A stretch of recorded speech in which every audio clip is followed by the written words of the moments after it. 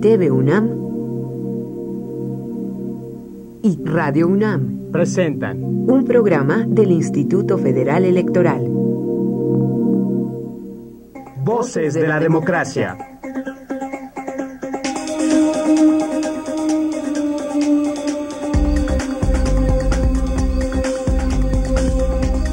Voces de la Democracia.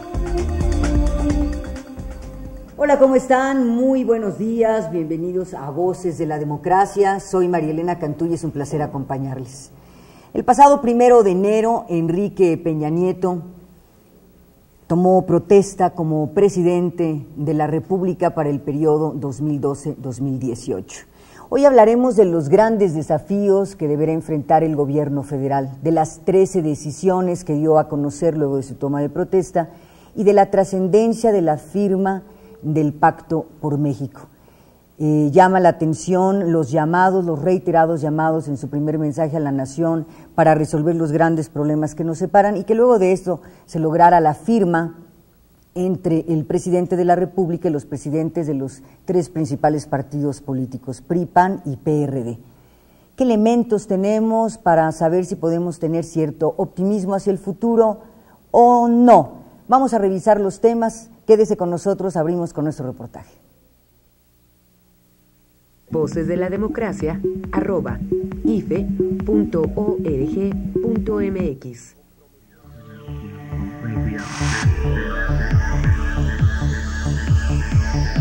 El compromiso formal que asumen quienes desempeñan una función pública está regulado en nuestro país desde los primeros textos constitucionales.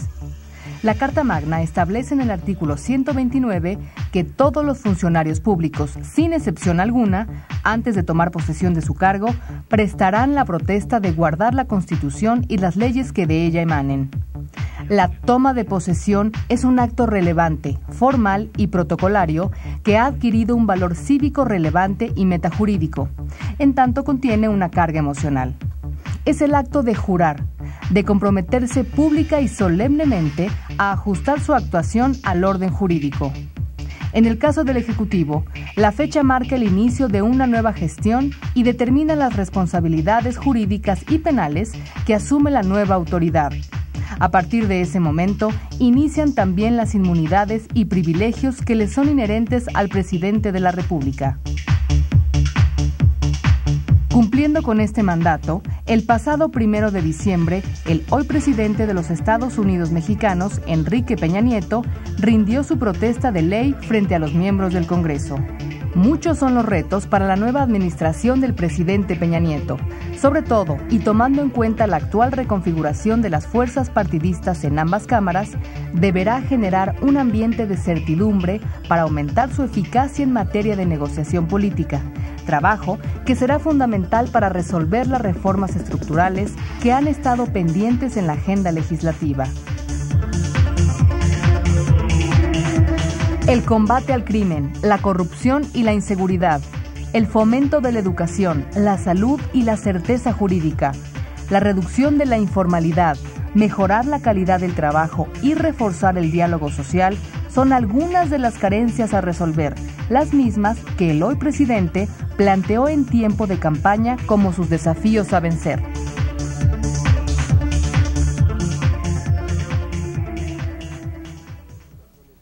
Voces de la Democracia, @ife.org.mx. Enrique Peña Nieto, en su primer discurso a la nación, hace reiterados llamados para que encontremos la solución a nuestros grandes problemas a través de la unidad nacional. Y horas después se firma un pacto muy importante con los presidentes de los distintos partidos políticos, de los 3 más importantes, PRI, PAN y PRD.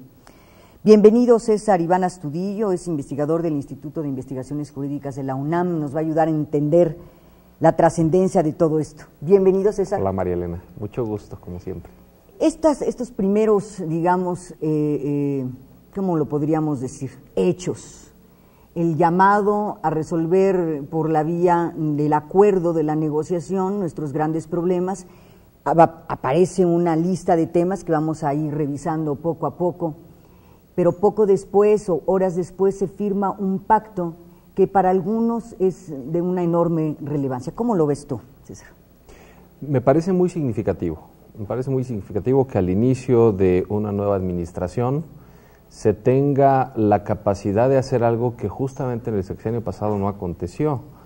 La gran novedad que yo encuentro es que a este pacto se suma el PRD. Exacto. Si hay que poder decir, si se puede decir que se suma el PRD, En su porque totalidad el PRD hemos visto exactamente. que no tanto, pero bueno. Pero la participación del PRD es muy significativa. Yo creo que el hecho de que se sume deja ver, entre otras cosas, porque además en todos los acuerdos que se signaron, se deja ver que hay distintas banderas de la izquierda, no de hoy ni de ayer, sino de hace mucho tiempo. Y eso quiere decir que se trató de buscar un acuerdo que justamente tratara de armonizar agendas con el objetivo de, sí, dar pasos, yo diría intentar dar saltos. Si nosotros vemos, la democracia mexicana se ha venido construyendo en pequeños pasos, pero también a veces encontramos cortes que, digamos, en donde logramos dar ciertos saltos hacia adelante, que son, digamos, avances mucho más, de mayor profundidad, de mayor calidad. Yo veo que si se cumplen estos compromisos que se tienen pactados, vamos a dar saltos en muchas materias. Hay ahí una serie de temas que se han venido postergando por muchas cuestiones, por intereses políticos, por inviabilidad de política financiera, económica, pero veo que si logran concretarse, vamos a sentar bases para después seguir construyendo todavía lo que nos falta como país. Entonces, digamos, lo primero que destacaría es la inclusión del PRD como fuerza política, esta capacidad de interlocución que ahora sí está demostrando que no la tuvo con el gobierno anterior y que eso es fundamental, y es ver, digamos, esperar que justamente también el presidente nacional del PRD logre mantener al PRD ahí, dado que internamente no todos están de acuerdo, porque yo veo que sí está muy cohesionado el PAN en este sentido, bueno, no hay tanta división, el PRI sí totalmente cohesionado en función de esto, entonces parece que inicia bien. Aunque, debo decirlo, llevamos muchos pactos en este país también. Sí, llevamos verdad. muchos pactos, muchos compromisos que igual nacen con esta expectativa mayúscula y después, simple y sencillamente... La realidad se impone. Sí. En la historia de México, en varias oportunidades nos hemos encontrado frente a dos caminos, y son las decisiones humanas las que modifican el sentido de la historia. Es posible que en este momento México se encuentre precisamente frente a la famosa y que estas decisiones humanas, estas decisiones de los políticos pudieran estar modificando el sentido de la historia de México hacia, digamos, un derrotero menos adverso, más prometedor. ¿Puede ser? Mira, no lo sé. Yo creo que justamente, dado que hemos también venido devaluando la idea de pacto, la idea de compromiso, De la negociación, idea de política. Sí, yo me he vuelto un poco escéptico en este sentido. Es decir, México necesita concretar estos grandes compromisos, pero no de ahora. Yo creo que los necesitamos desde hace varios años. No lo hemos logrado. ¿Por qué? Distintas circunstancias. Entonces, yo creo que al menos ahora hay que tener cierta esperanza de que... Con mesura, pero esperanza. Si algo caracteriza los inicios de las gestiones presidenciales es que vienen acompañadas de un principio de esperanza, lo cual es normal. Hay toda una renovación de élites, una renovación de formas de gobernar, una renovación de estrategias, de prioridades, y en ese sentido la esperanza ahorita aquí está digamos, presente. Hay que esperar ver cómo la logran procesar. Se han buscado distintas maneras. Ahora se habla de que, bueno, va a haber un consejo rector que va a estar vigilando. Bueno, hasta ahora sabemos que ya se incorporaron nada más políticos. Yo creo que... Nos habían platicado que tomarían en cuenta a la sociedad civil organizada. Yo creo que es muy importante ver a cuántos y quiénes, claro, ver cuántos y quiénes, porque justamente buena parte también de esto es producto de que hay un sentimiento social de que ya no podemos esperar. Sí. El presidente lo acaba de comentar hace un par de días. México está sobrediagnosticado Y es verdad, sabemos en dónde están nuestras fallas, sabemos dónde están nuestras dolencias, sabemos en dónde están los elementos que tenemos que reformar, pero no hemos tenido la capacidad de reformarlos. Así Sí, es. y también diagnosticado en cuanto no solo a los problemas, sino en cuanto a las soluciones o las posibles soluciones. Difícilmente tú puedes saber antes de implementar algo cómo va a funcionar, digamos, pero al menos sí sabemos hacia dónde podemos ir, y yo creo que eso es lo que hace falta, que tengamos capacidad de decir, de tomar decisiones, ver cómo van funcionando y que sobre la marcha vayamos ajustando, pero para eso es muy importante ver quiénes van a ser los vigilantes y quiénes van a ser los garantes de que esto también se cumpla, ¿no? Yo creo que si esto queda solo en manos de los políticos, difícilmente vamos a lograr alcanzar. Ahí se necesita la representación de la sociedad como esa fuerza impulsora que permita hacer también presión y decir, estamos vigilantes. Yo creo Y además porque se trata de una corresponsabilidad, es decir, hay distintos actores políticos, están los propios partidos. México es un país plural y bueno, de lo que ocurra todos seremos responsables. Yo te propongo revisar algunos de los temas que ha planteado el presidente en sus primeras 13 decisiones y algunos de los temas que están incluidos en el Pacto por México. El presidente habló de 5 ejes de su gobierno: seguridad y justicia, combate a la pobreza, educación de calidad, crecimiento económico, que incluye puntos importantes como la reforma energética y la hacendaria, México en el mundo. Y algunos de estos ya incluidos en el pacto, y en el pacto, además, y lo subrayo, la reforma electoral y una reforma constitucional que permita los gobiernos de coalición. Aquí la pregunta, César, es, en términos generales, porque vamos a ir desmenuzando los temas y las propuestas, en términos generales, ¿están los grandes temas, son los grandes desafíos que deberá enfrentar este gobierno federal? Yo creo que de estos 5 grandes ejes, ubico 3 que son fundamentales, que además no los inventaron, forman parte de las preocupaciones mayúsculas de los ciudadanos mexicanos. El primer tema, seguridad y justicia, es decir, ese es el número 1 de además, nuestras inquietudes. Fue el gran eje motor de la administración pasada. Hoy veo que incluso el enfoque es distinto, yo creo que es adecuado, ya no se habla de una lucha, guerra frontal contra el narcotráfico, se habla de un esquema de seguridad y justicia, y hay un cambio ahí discursivo que seguramente vendrá también acompañado de una nueva de una política pública distinta en la materia, pero es la preocupación esencial de los mexicanos. Ahora todas las encuestas lo mencionan. En segundo lugar, el tema de combate a la pobreza. Es el problema no de las 3 últimas administraciones, de las 2 panistas, no, es el tema de nuestro país, de casi desde la Revolución Mexicana hasta ahora. Es decir, la Revolución, hay que decirlo, no nos ha hecho justicia, enarboló la bandera de la justicia social, y es una justicia social pues que no ha llegado para al menos la mitad de los mexicanos. Es la asignatura pendiente del siglo XX la deuda mexicano y que ya la tenemos presente en los inicios del siglo XXI, hay que ver si somos capaces de resolverla. El tercer tema pues, es la economía, es decir, después de la seguridad y la justicia, el ciudadano dice la cuestión económica. Ese es el otro gran tema. Entonces, estos 3 son fundamentales. Me sorprendió, hay que decirlo, y gratamente, el acento en la cuestión educativa, que es la otra asignatura pendiente. Sí, lo vamos a revisar. Esa parte sí me parece que está bien retomada, me da gusto, satisfacción, porque esa es una cuestión, digamos, es sembrar para cosechar, y lo necesitamos. Es decir, este país no puede cambiar si no modifica su sistema educativo. Y si es no, la raíz de muchos problemas. Es exactamente, ¿no? Y el otro tema, yo creo que se vincula con el primero, México en el mundo. Tenemos una imagen deteriorada del país.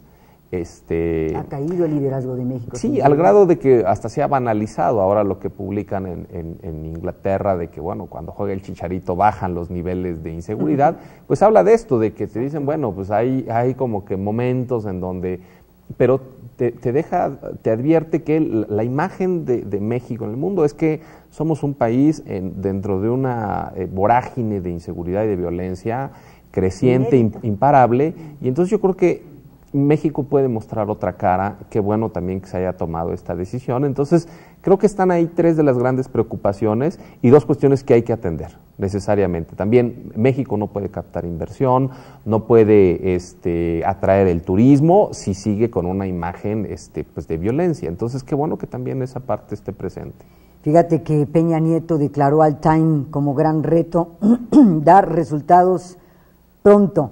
Vamos a entrarle al tema sobre seguridad y justicia. César, crear un programa nacional de prevención del delito, desistir de la controversia constitucional sobre la Ley General de Víctimas y que se publique tal y cual fue aprobada por el Congreso. Iniciativa de reforma constitucional que permita contar con un solo código penal y otro de procedimientos penales únicos y de aplicación nacional. Además de estos planteados por Enrique Peña Nieto, están incluidos en la firma del Pacto por México ley para la reparación del daño, ley para el uso legítimo de la fuerza pública, hoy tan comentado después de lo que ocurrió el sábado, fortalecer normas contra la tortura, trato cruel e inhumano y desaparición forzada, Plan Nacional de Prevención y Participación Comunitaria en los municipios de mayor violencia. ¿Qué opinión? Me parece que hay temas muy significativos, es decir, la prevención del delito es fundamental, pero ahí lo que hay que decir es que también yo creo que un programa integral, una política pública integral es sí cómo prevenimos el delito, pero después el delito que no se logra prevenir, ¿cómo lo sancionamos eficazmente? Somos el país de la impunidad. Exactamente. Entonces, esa es la otra pata. Corrupción e impunidad son las otras patas de la mesa. O sea, de los delitos que se cometen, los pocos que se denuncian, digamos porque son muy pocos en la escala global, son un porcentaje mínimo el que se obtiene una sentencia condenatoria y se castiga al culpable. Esa parte también hay que modificarla, y eso pasa por modificar pues a quienes persiguen, a las instancias que persiguen los delitos, porque también ahí tenemos una gran carencia y una gran dolencia. El sexenio anterior se dedicó a fortalecer ciertas áreas estratégicas, seguridad pública, las Fuerzas Armadas, pero la parte de la Procuraduría la vimos casi hasta el final, sí, ¿no? de algunos cambios significativos. Esa es una cuestión elemental. Y después vienen una serie de iniciativas de ley que son fundamentales. También nos hace falta realmente avanzar en una cultura de respeto a los derechos humanos, y esta parte, digamos, esta ley que trata de proteger pues a víctimas, que trata de reparar el daño, pues va en ese sentido, decir, bueno, ¿cuál es la función del Estado ante ciertos abusos que sí se cometen, sí, sí se han cometido? Disculpe usted, no más. Ya no es necesario, ya no es suficiente, ya no es suficiente, ¿no? El Estado tiene que hacerse cargo realmente de la ineficacia de sus propias instituciones. Entonces, esta parte la veo bien. ¿Qué veo que nos puede causar ciertos problemas? Lo del Código Penal único. Mira, yo ahí encuentro en todo el pacto distintas iniciativas que llevan una lógica, sí, de avanzar, pero me preocupa que sean demasiado centralistas. El Código Penal único habla de decir, bueno, aquí vamos a generar para todo el país. Se castiga igual en Chihuahua que en Chiapas, que en Durango. Sin advertir especificidades. Hay delitos que son típicos de ciertas partes. Cuando tú creas códigos únicos, se pierde esa especificidad. ¿Por qué? Porque también lo estoy viendo que hay más o menos esa intención en materia electoral, por ejemplo, ¿no? De decir, bueno, sí vamos al Instituto Nacional de Elecciones, y esta parte. Entonces, o la ley de deuda pública, que está bien, digo, el gran... Sí, lo vamos a hablar también, es decir, ya problemas, estuvo suave sí, de que dejen los estados endeudados de estar de endeudados, esta manera, ¿no? Pero esa también es una competencia actualmente de los estados. Tal vez de ahí venga justamente el hecho de que no hayan sido, digamos, de que no tengamos leyes eficaces, porque hoy los gobernadores que tienen tanto poder, pues, digamos, logran cooptar a los congresos de los estados de tal suerte que les aprueben pues leyes como las de endeudamiento, o que directamente les aprueben los endeudamientos. Digamos, debo decirlo también, me parece que no hemos aprendido a vivir en federalismo. Sí, es decir, esto de los grandes gobernadores como todopoderosos, y que en cada estado ocurre pues la voluntad del ejecutivo local y que somete a distintas instituciones a su voluntad, esta, digamos, medida de Peña Nieto trataría de meter un poco en control al poder de los gobernadores? Yo creo que sí. Repito, muchas de estas decisiones se necesitan. O sea, me parece que si no hay una ley que a nivel nacional ponga reglas claras a la capacidad de endeudamiento, que diga cuándo un Estado se puede endeudar, bajo qué parámetros se puede endeudar, bajo qué límites. Ahorita hay gobernadores que están entrando en esta semana que realmente tienen hipotecado el Estado y que ya salen a decir que están en bancarrota. Entonces, ese también es un problema político importante de la inviabilidad futura de las administraciones estatales, producto de que hay quien quiso endeudarse mucho para decir, yo dejé muchas obras con propósitos también de promoción personal. Y a veces sin obras. Exacto. Entonces, no hemos aprendido a vivir en el federalismo. El federalismo justamente parte de lo contrario. Debe verse como una sana competencia, de ver quién logra adoptar las mejores decisiones y quién logra darle a su pueblo, a su ciudadanía, las mejores condiciones. Pero eso dice el libro, César. El asunto es que vemos gobernadores que incluso frente a un tema tan sensible como es el de seguridad, pues los vimos a todos reunidos en Palacio Nacional en los tiempos de Calderón, firmando y con discurso y todo, y a la hora de los resultados nada. Sí, repito. Sin pagar consecuencias. Sí, exactamente. Y me parece que ahí el gobierno anterior no fue capaz también de posicionar ese mensaje ante la ciudadanía. Gran parte de los delitos que se cometen y que tuvo que perseguir las fuerzas federales eran de competencia de los estados. Así es. Pero ningún gobernador se hizo, bueno, muchos gobernadores, ninguno se hicieron cargo de esto, y entonces pues cuando vienen las consecuencias de los muertos y todo, pues se le achacan al gobierno federal. Entonces, parece que ahí hay también falta de responsabilidad. Así como no hemos sabido vivir en federalismo, no hemos logrado elevar los niveles de responsabilidad que hay que exigirle a esos gobernantes. ¿Ves algún hueco en materia de justicia y seguridad? ¿Algún tema que no aparezca y que te parece pues, sumamente importante como para enfrentar los niveles de violencia que tenemos? Yo creo que yo le hubiera dado un poco más fuerza como política pública transversal la cuestión del respeto a los derechos humanos. Me parece que eso pasa no solo por la parte de seguridad y justicia, sino pasa por todas las... Debe ser una política pública transversal a todas las del gobierno. Entonces esa parte me parece que podía ponérsele un poco de más énfasis. No es solo una cuestión, aquí hace crisis, es decir, hoy estamos viviendo una situación en materia, por ejemplo, de trata de personas, en materia todavía de discriminación, en muchas cuestiones en donde es evidente que nos hace falta esa cultura de los derechos humanos, pero no es exclusiva de esta materia. Debe pasar por todos los ámbitos, entonces yo creo que hay que ponerle énfasis a esa parte. Vamos a ver qué piensan algunos de nuestros ciudadanos. ¿Qué espera de la nueva administración? De acuerdo con una encuesta del periódico Reforma, el 65% tiene expectativas positivas sobre el futuro. ¿Qué nos dicen algunos de nuestros ciudadanos en nuestra propia encuesta de voces? Vamos y volvemos. Voces de la Democracia, @ife.org.mx. Pues es un salto al pasado, pero esperemos que sea un salto al futuro también. No sé. Quisiera tener esperanza, eso sí. Pues que todo salga bien, que den más oportunidades de empleo, más seguridad y sobre todo pues mucho honestidad en el nuevo presidente. Pues qué esperaría todo el pueblo, que mejore, ¿no?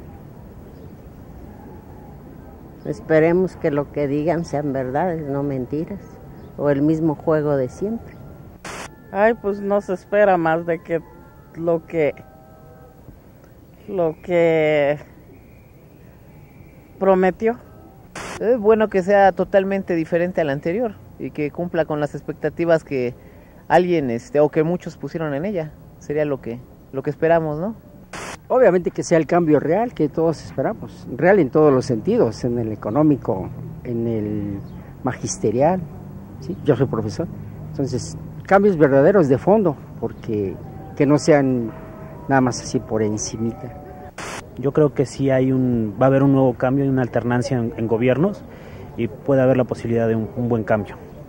Ay, que nos vaya mejor, pero lo dudo con este presidente. Disculpe. Con esa ignorancia, ¿qué podemos esperar? Pues más violencia, ¿no? violencia, ojalá y no sea así, pero pues eso es lo que dio en el primer día, ¿no? Metió a 90 chavos a la cárcel, ¿no? Entonces, pues yo creo que va a seguir la ola represiva, ¿no? Voces de la Democracia, @ife.org.mx. ¿Qué te parecieron las respuestas, César? Pues hablan de lo que es nuestro país, una notoria diversidad, una heterogeneidad, un pluralismo de ideas, lo cual me gusta, me agrada, qué bueno que estemos construyendo ese estado plural, ¿no? que se requiere y que la gente pueda decir sin aspavientos. Con este presidente no. Sí, bueno, eso no pasaban. Así antes. es.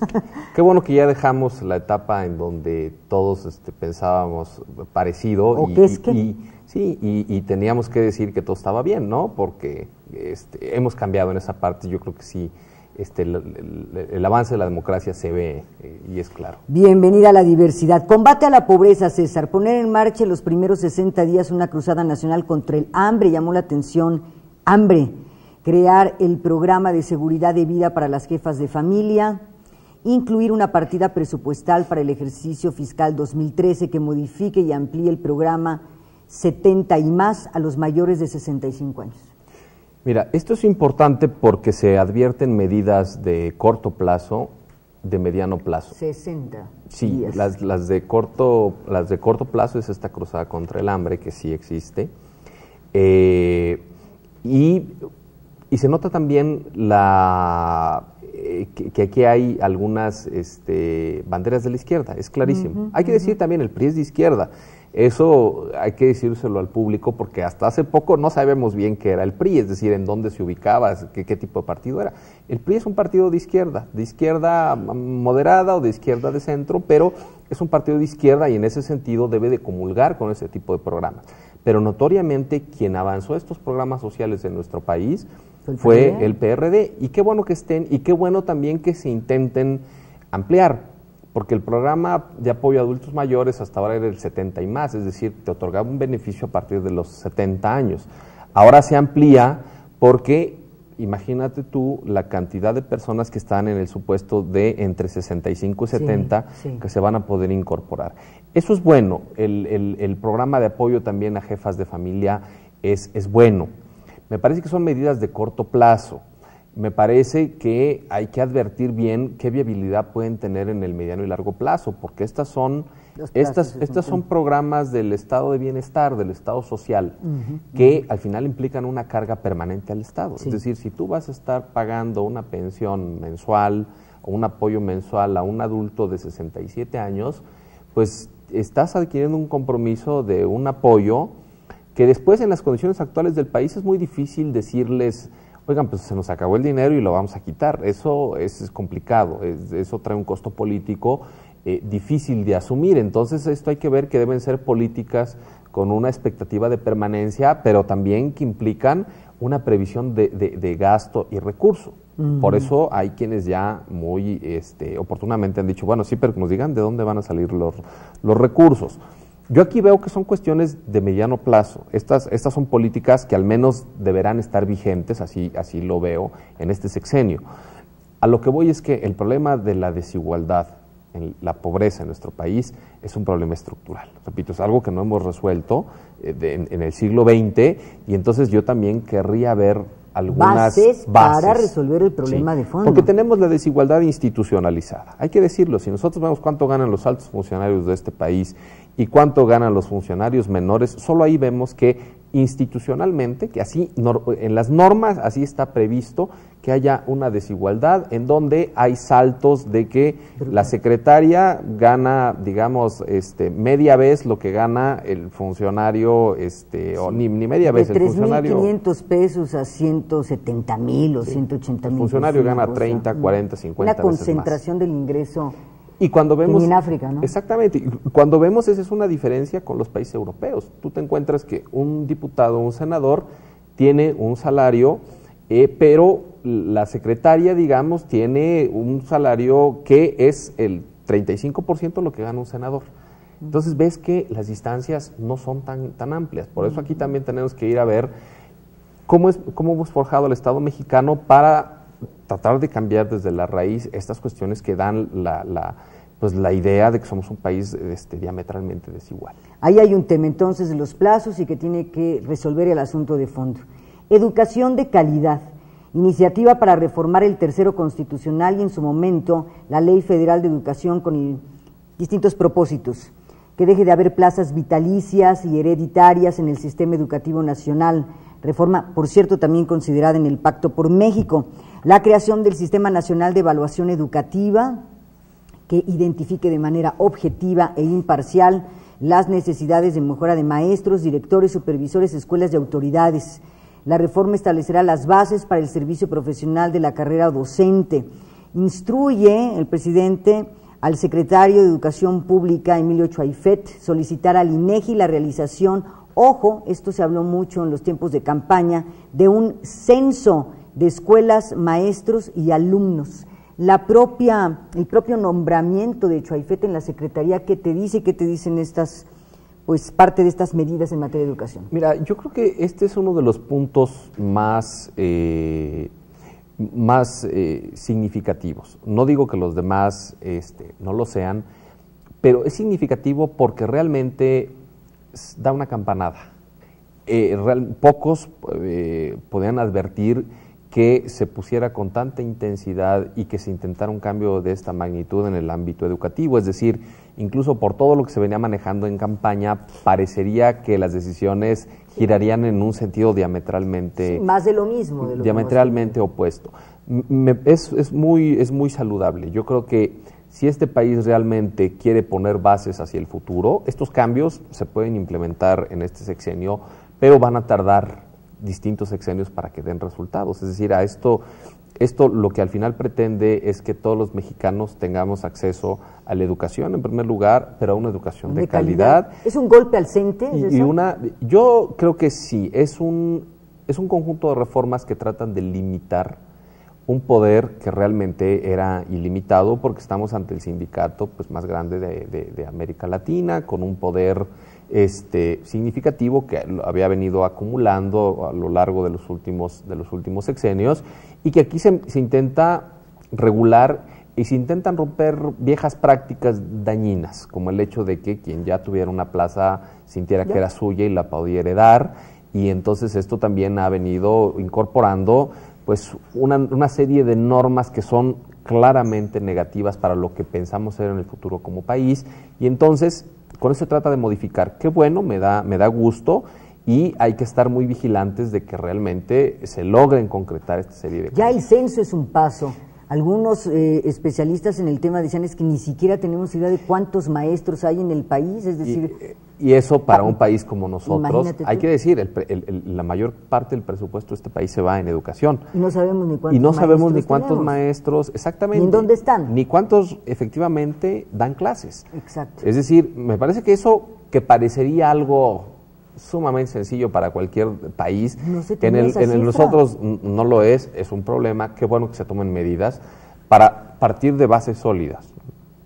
Bien, vamos a otro tema que es importante. ¿Qué te pareció el nombramiento de Chuaifet en educación pública? Me parece que justamente el nombramiento también es un muy buen nombramiento, es un acierto del presidente. No tiene buenas migas con el Westergordillo. Porque sí, aunque hay que decir que también eso se decía de los anteriores secretarios de Educación, pero es difícil que... Aquí hay historias y todo. Exactamente, ¿no? Aquí hay una historia distinta y esperemos, yo creo que es un político muy formado, que tiene, digamos, una forma de ser política que la ha venido demostrando, con capacidad reformista, con capacidad de llegar a acuerdos, con capacidad de ser puntual cuando hay que serlo, y yo esperaría que no es que se fomente una mala relación, yo creo que aquí debe ser al revés, que esto se necesita, este tipo de reformas necesitan la colaboración del Sindicato Nacional de Trabajadores de la Educación, y en ese sentido yo creería que lo que debe generarse es una buena dinámica de trabajo, viendo que estos cambios son impostergables para el país y viéndolo con visión de Estado justamente, no como una visión de grupos de poder que quieren mantener privilegios, sino como una visión de Estado, de qué Estado queremos hacia 20 o 30 años, porque, repito, esto va a dar frutos en ese plazo, es decir, es muy difícil decir, al final del sexenio vamos a tener una educación de calidad. No, pero ves ciertas bases para cambiar. Es decir, sí, las bases sí, es decir, si los niños que empiezan a entrar al sistema educativo en el quinto, sexto año del mandato, ya cuando las reformas se hayan implementado, pues seguramente esos niños ya cuando lleguen a la preparatoria, a la universidad, ya serán los primeros beneficiarios de los cambios que ahora se están tratando de introducir. En los estados, porque pues este sistema también ha generado que, digamos, para hacerlo como muy claro para el auditorio, los distintos entes en los estados tienen distintos grados de poder. Sí. Ve Oaxaca, por ejemplo. Exactamente. Ahí, repito, se requiere esto verlo como una política de estado. También ver que esto es producto de nuestro sistema educativo, que también está descentralizado. Es decir, cada estado de la República tiene también un sistema educativo, y entonces hay que ver cómo se está proyectando esta nueva ley de educación a partir de las bases que se introduzcan en la Constitución, porque a partir de ahí vamos a empezar a ver cómo se desmenuzan estos cambios, pero implica un gran acuerdo.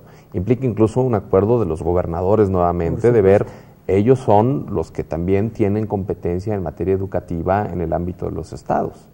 Vamos a revisar crecimiento económico, acelerar el programa de infraestructura y transporte, construir trenes de pasajeros de México a Querétaro y a Toluca, de Yucatán a Quintana Roo, la línea 3 del metro de Monterrey, transporte masivo de Chalco-La Paz, ampliar el tren eléctrico en Guadalajara. Garantizar como derecho constitucional, este es un temotote, el derecho de acceso a la banda ancha y generar competencia en telecomunicaciones. Por cierto, también considerado este tema en la firma del pacto, licitar 2 nuevas cadenas de televisión abierta, proponer la Ley Nacional de Responsabilidad, lo estábamos hablando, de responsabilidad hacendaria y deuda pública, también considerado en el pacto, austeridad y disciplina presupuestal, y también en el discurso, una reforma energética para transformar el régimen fiscal de Pemex y la hacendaria para revisar regímenes especiales para tener un sistema más eficaz de recaudación fiscal. Importante. Y cero déficit y no nuevos impuestos. Exactamente. Hay que ver cómo se logra. La infraestructura me parece un tema que, digamos, es una continuidad. El último gobierno del presidente Calderón, digamos que también sobre esto puso la atención, generar infraestructura. Esto es importante para el crecimiento económico del país. ¿Qué rescataría yo en esta parte? Una reforma hacendaria, que ¿desde cuándo hemos venido escuchando reforma hacendaria? Urgente en México. Desde y que desde Vicente Fox. Origen de la desigualdad. Desde Vicente Fox, al menos en la alternancia, veníamos hablando de una reforma hacendaria. La reforma energética también no es un tema nuevo, es un tema que hemos venido manejando desde hace tiempo y no lo hemos logrado concretar. La reforma en telecomunicaciones es muy importante. ¿Qué tal? Es decir, esto también, si ese rato en educación vimos que era para atacar un coto cerrado de poder, me parece que esto el tema de las telecomunicaciones también lleva ese mensaje, de decir, vamos a generar competencia donde hay muy poca competencia, una exigua Ahí estaban presentes Salinas Pliego, estaba Slim, estaba Azcárraga, y bueno, no parecía que tuvieran información al respecto. Pues sí, eso no lo podemos saber, pero al menos meter el tema también habla de cómo, así como, repito, se va a tratar de incentivar nuevas reglas en materia de educación por este coto cerrado de poder del CENTE, así me parece que en esta parte también se trata de abrir, ¿no?, el esquema de la competencia en telecomunicaciones. Vamos a ver si lo logran, porque repito, ahorita estamos en lo que yo hace rato comentaba, el principio de esperanza, el principio de que, bueno, esos cambios son posibles. Después los mismos intereses políticos van haciendo que las prioridades vayan cambiando, y después en política es muy fácil prometer y no cumplir, y después ante una ciudadanía que todavía no tiene esa capacidad de exigir permanentemente, porque hay que decirlo, somos una ciudadanía que ha venido creciendo en cuanto a lo que significa esta consolidación de la ciudadanía, pero que también a veces nos hace falta tener un mayor sentido de exigencia hacia nuestros gobernantes. ¿Cómo ves la discusión del presupuesto? Porque para que esto se cumpla se necesitan recursos, y si se promete déficit cero y no nuevos impuestos, pues pasa necesariamente por una reforma fiscal, ¿no? Yo creo que sí. Yo creo que también ahí se justifica una de las decisiones del presidente Peña Nieto, que es, yo creo que al principio no se veía que Videgaray pudiera ser el secretario de Hacienda, se le veía en otra posición, como jefe de la oficina de la presidencia, una cuestión así, pero yo creo que la designación de Videgaray ahí justamente va con esa intención, porque es un conocedor importante en temas hacendarios,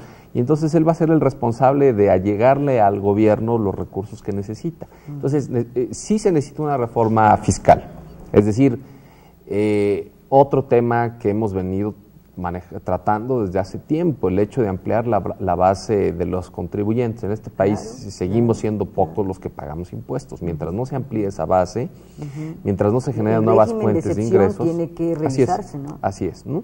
Pero me parece importante este presupuesto déficit cero. Yo creo que eso también hay que ver si logramos conseguirlo, porque de lo que se trata es de que, digamos, el déficit cero, para que lo podamos entender todos, implica que realmente gastemos lo que tengamos, sí, que no gastemos más de lo que ingresa el Estado mexicano, ¿no? Porque entonces empezamos a gastar y endeudarnos de más. Entonces esa me parece una política de disciplina fiscal que hay que decirlo, venimos de dos gobiernos que han sido disciplinados en ese sentido, al menos la macroeconomía está bien, y en ese sentido también hay mayores posibilidades de maniobra para el nuevo gobierno. Entonces, hay que ver si logramos hacerlo bajo esta premisa de no generar nuevos impuestos, porque eso es algo, a todos los gobiernos les cuesta mucho, es decir, alguien que dice que va a subir impuestos, pues es simplemente un candidato que está destinado al fracaso, aunque después vemos que sí, la necesidad real del Estado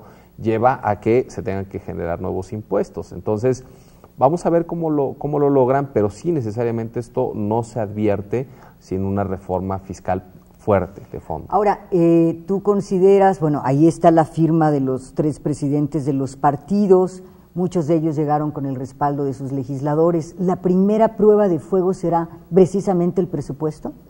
Yo creo que sí, porque es lo más...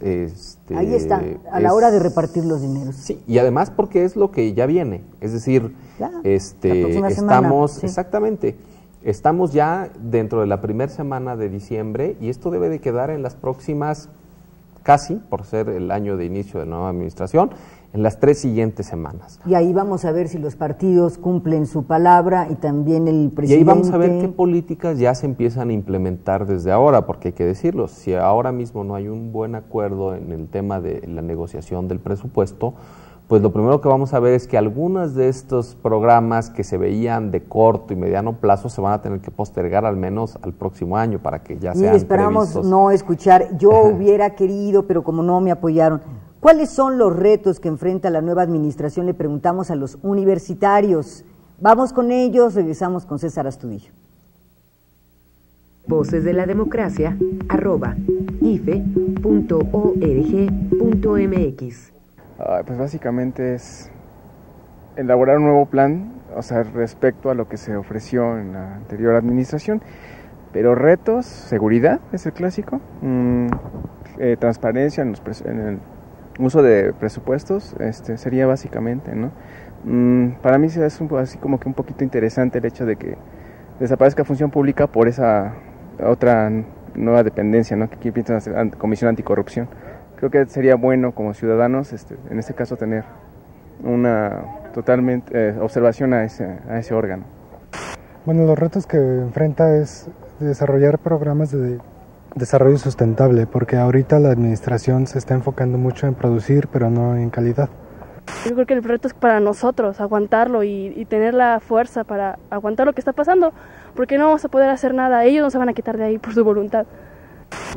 Pues más que nada que sepan cómo repartir los recursos, porque yo siento que a veces no es carencia de recursos, sino que es un reparto inequitativo. Yo creo que todo, ¿no? Porque está hecho un relajo. Y pues bueno, basándonos en que México carece mucho de educación, yo creo que desde ahí tendría que empezar. Pues son muchísimos, pero creo que el principal es educación, ¿no? Es el tema más delicado y es el tema más urgente, porque creo que los acontecimientos mismos que se dieron el mismo 1 de diciembre son resultado de la falta de información, la falta de educación y la falta de claridad hacia dónde va el nuevo México. Creo que también es muy importante la seguridad del ciudadano, que se baje el nivel de agresividad que hay, porque es parte de lo que sucedió también el 1 de diciembre, esa agresión que hubo contra los policías fue exagerada y yo creo que fue un pretexto para sacar el desánimo que hay en la gente, y entonces creo que eso tenemos que bajarlo. Pues en primer lugar la seguridad pública, asimismo la integración de las facciones políticas que se han dividido con esta elección, y pues la economía, el sector económico. Voces de la Democracia, @ife.org.mx. Algunos de nuestros universitarios, César. Muy bien, pues también la diversidad, las opiniones. ¿Más escépticos? Escuchamos de todo, escuchamos de todo. Más escépticos puede ser por el mismo proceso de formación en el que se encuentran, que yo creo que de lo que se trata cuando uno se forma es de encontrar o ver los asuntos, los temas, las decisiones desde... Con ojo crítico, con mucha más información. Crítico, ¿no? Eso es bueno porque quiere decir que la universidad está logrando su cometido. Buena noticia.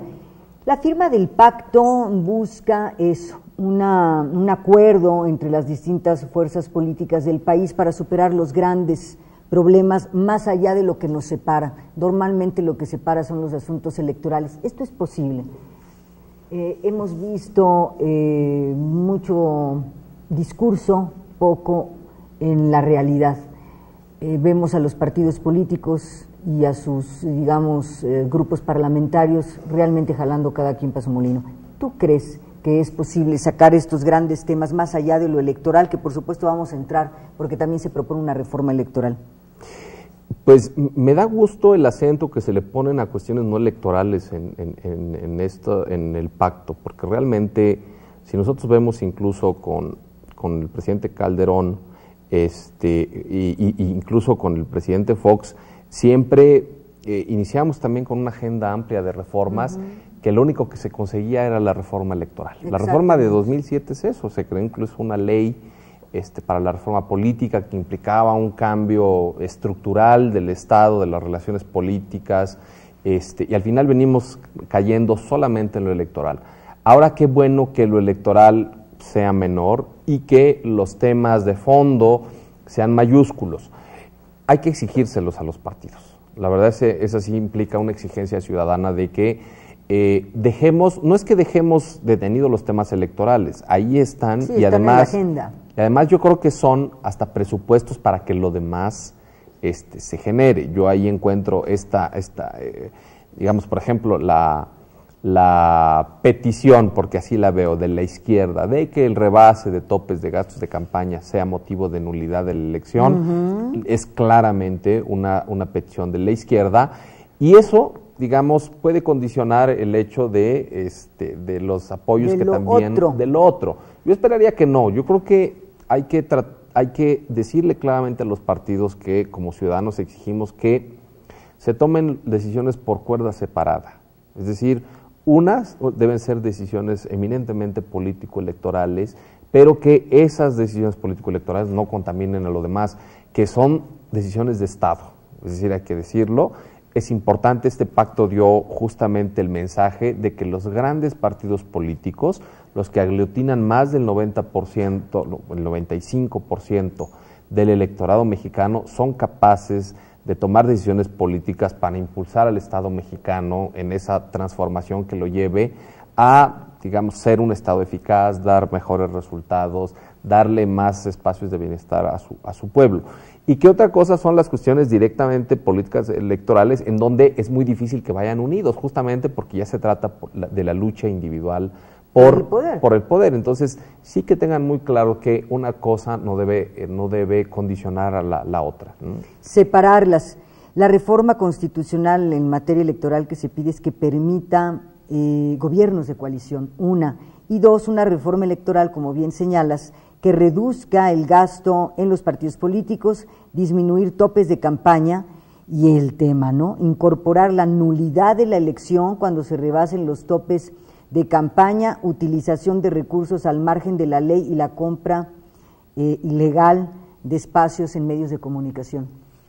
Yo creo que faltan algunos otros que ya se han venido manejando. Por ejemplo, en esta óptica centralizadora nuevamente se habla de el Instituto Nacional de Elecciones, ¿no? Con el objeto de que desaparezcan los institutos electorales de los estados, digámoslo así. Ahí no estoy muy de acuerdo. ¿Qué te inquieta de ese tema? Me inquieta, digamos, el hecho de que nuevamente son decisiones que van en contra de un federalismo. Tampoco dejo de advertir que nuevamente a los gobernadores son los primeros que les interesa mantener a los órganos electorales, no porque los tengan cooptados, algunos hay que decir que sí, pero digamos, esta debe ser una competencia de los estados, y esta idea de que desde el centro se organicen todas las elecciones, no me parece, ya visto en conjunto que estamos tratando de centralizar muchas cosas, cuando la idea de nuestra transición democrática es en sentido contrario.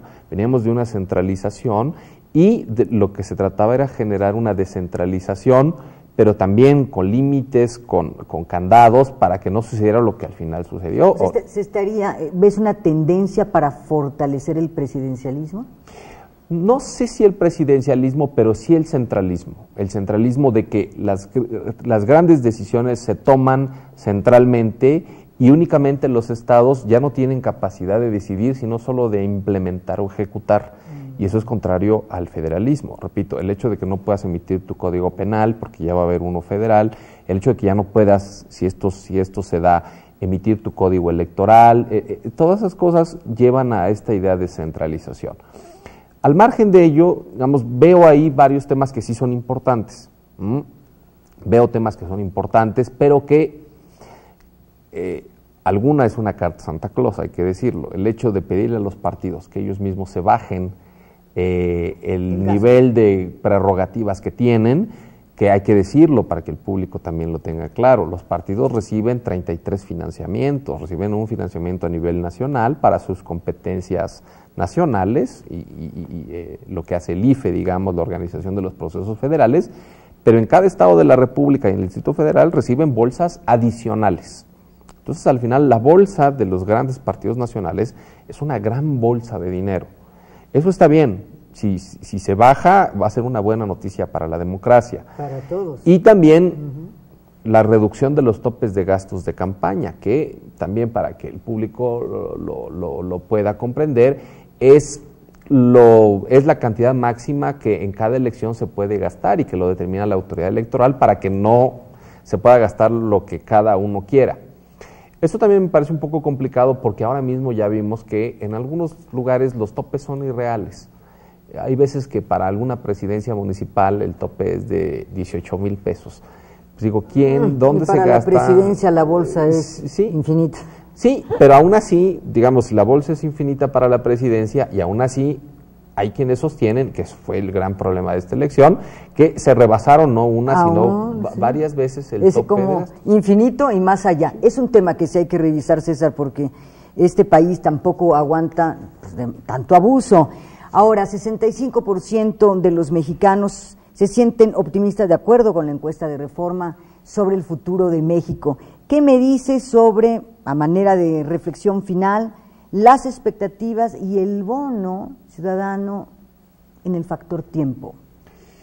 Todos los nuevos gobernantes inician con un bono ciudadano, es decir, son las opciones mayoritariamente votadas en su momento, pero es importante saberlo aprovechar. Es decir, me parece que en esa parte el presidente Peña y su equipo tomaron una decisión acertada de este pacto. Incluso, si te acuerdas, lo querían aprobar previo a la toma de posesión de Peña Nieto, y el PRD ahí tomó una decisión, me parece que acertada, de llevarlo posterior para que también Peña Nieto ya formara parte del pacto, pero ya como presidente, porque no es lo mismo firmarlo cuando no se es que cuando se es presidente, por el nivel de vinculatoriedad que esto puede tener para que se cumplan con esos, es decir, hay que decirlo, el presidente fungió como una especie de testigo de honor, pero fue el presidente, fue el jefe del Estado. Entonces, qué bueno, porque además también estamos ante un nuevo Congreso, estamos ante el cambio de distintos gobernadores, es decir, está ese ánimo de decir hay que cambiar varias cosas, y entonces si dejamos pasar este momento de efervescencia, esta idea de que ¿cuánto sí dura se puede, el bono? Pues mira, yo creo que algunos dicen que los primeros 100 días son claves en la administración, es decir, 3 meses. Yo creo que el bono puede durar 6 meses, porque si en 6 meses no se ve que el gobierno está trabajando, que pase algo, que se propongan medidas, que ya empiecen a cambiar las cosas, es decir, esta alta expectativa que se genera en las elecciones, el ciudadano también se desalienta de manera muy fácil, ¿no? Y entonces empieza a ver que las cosas siguen igual y empieza a caer en la idea de decir, bueno, no ha pasado nada, no va a pasar nada. Entonces es muy importante que se utilice, y además que se utilice este fin de año. Los panistas lo están entendiendo claramente, dicen, algunos cambios deben de verse ya, es decir, antes de que nos vayamos incluso de vacaciones. Y el presupuesto va a ser el tema. Exactamente, entonces no hay que perder la coyuntura. Si ahora hay muy buen ánimo, si ya se establecieron esos canales de diálogo, interlocución entre las fuerzas políticas, hay que aprovecharlas para que empiecen a dar esos resultados, porque además esto es como un juego esto es como la cascada del dominó. Si vemos que empieza a caer la primer ficha de que se hacen, de que algunos cambios empiezan a concretar, esos cambios empiezan a jalar a los demás, ¿no? Si vemos que desde el principio empezamos a obstaculizar, pues eso obstaculiza a todos los que vienen detrás, ¿no? Pues estemos atentos entonces, porque la ley de ingresos, el presupuesto de egresos va a ser una señal de lo que puede ocurrir. César Iván Astudillo, investigador del Instituto de Investigaciones Jurídicas de la Universidad Nacional Autónoma de México, gracias por estar aquí, gracias por ayudarnos a entender, César. Es un placer como siempre, Marielena. Gracias a ustedes por acompañarnos en Voces de la Democracia. Soy Marielena Cantú, ha sido un placer. Hasta la próxima.